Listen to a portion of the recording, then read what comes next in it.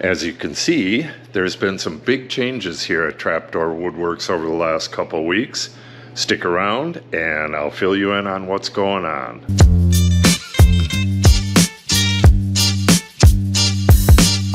The biggest change, I guess, is that I built this Dexter room.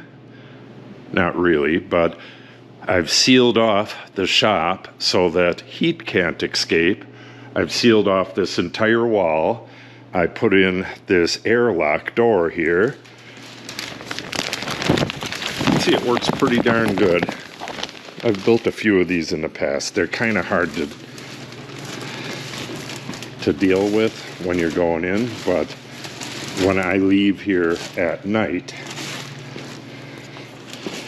this seals everything up real nice. I'm keeping this place heated 24 hours a day now. I need to warm up all the materials in here so I can do the next step. And that next step is installing this 1.5" XPS foam on that entire wall. Well, it's not really the next step. The next step is to finish the blocking on this wall. I'll be going up and down with the blocking. The next one will be at that height. Up, down, all the way across. Then I'll be putting in the XPS foam. And when I get to the top, I'm gonna put a 1x across the whole thing, probably a 1x6. Then I can put the F&J on that. The F&J channel is this stuff right here, just like on the other side. Once that F&J is in place, I can trim the panels down to width and finish the ceiling. You could see that that is sealed off as well. None of the heat can just billow right out of the place. This is not really good insulation, but it's way better than having this open. The reason for the plastic, well, there's a couple reasons. One, it's a lot nicer to work out here with a little bit of heat.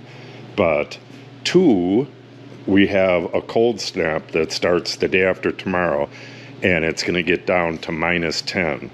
When I put that foam on, I'm going to be using this PL300 foam board adhesive.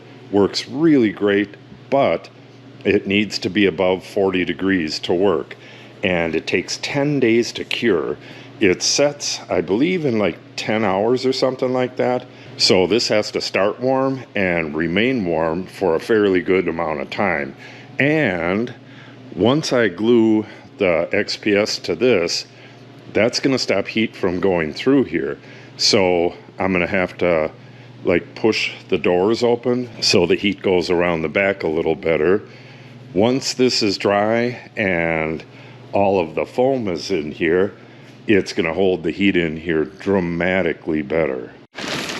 Once the foam board is installed, I have to run electric through here. I'm going to be putting in outlets out here, and there's going to be a partition wall going right here from that post over to this stud right here, and I'll be needing to run electricity into that as well. I only need to get it done to a certain point.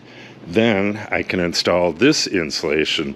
This is unfaced 2x4 insulation, so that'll go in all these cavities. Then this whole wall is going to get 1/2" moisture resistant drywall on it. So for at least a week or two, maybe even more than that, I'm going to have this Dexter room here with my plastic sheeting.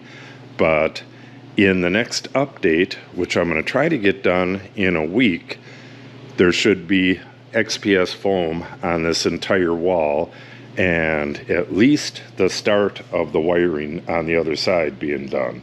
So I guess the biggest news is that the furnace is running at all times now, according to the thermostat. It turns on and off, of course.